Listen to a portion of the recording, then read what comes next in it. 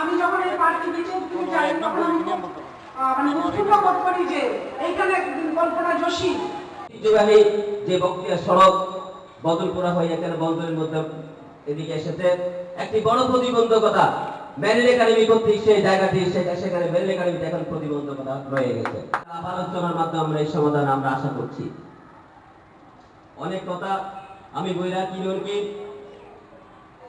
আগামী দিনে সেটি যদি আমরা নিশ্চিত করতে পারি তাহলে আমরা অবশ্যই বৈরাগ ইউনিয়ন পরিষদ একটি জবাবদিহিমূলক গতিশীল এবং স্বচ্ছ প্রতিষ্ঠানে পরিণত হবে। ইউনিয়ন পরিষদের বিভিন্ন যে ট্যাক্স রয়েছে সেই কর আদায়ের মধ্যে আমরা 8,50,000 টাকা আমরা সর্বমোট আমরা 13,77,412 টাকা আমরা ইউনিয়ন পরিষদের নিজস্ব আয় হিসেবে আমরা আশা করছি। সরকারি থোক বরাদ্দ এলজিএসপি থেকে 20 লক্ষ টাকা আমরা আশা করছি।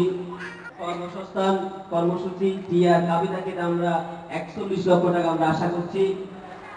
মোট প্রাপ্তি হচ্ছে 93,70,434 টাকা। চেয়ারম্যান এবং অন্যান্য সদস্যদের ভাতা বাবদ 1,74,300 টাকা।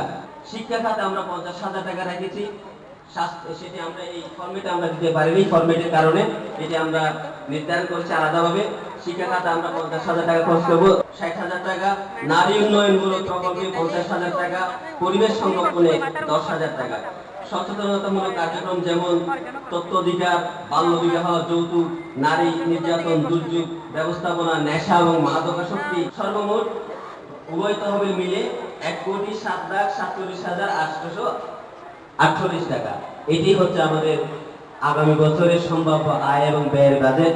আমি আজকের সবার মাধ্যমে আমি উপজেলা চেয়ারম্যান মহোদয়ের দলে দিয়েছি, আগেও দিয়েছি, অবিলম্বে সিটি কর্পোরেশনের যে ঘাটের যে টাকা সেই টাকাগুলো ওখান থেকে অবমুক্ত করে আমরা যদি আমাদের, কারণ আমি কয়েকদিন আগেও দেখেছি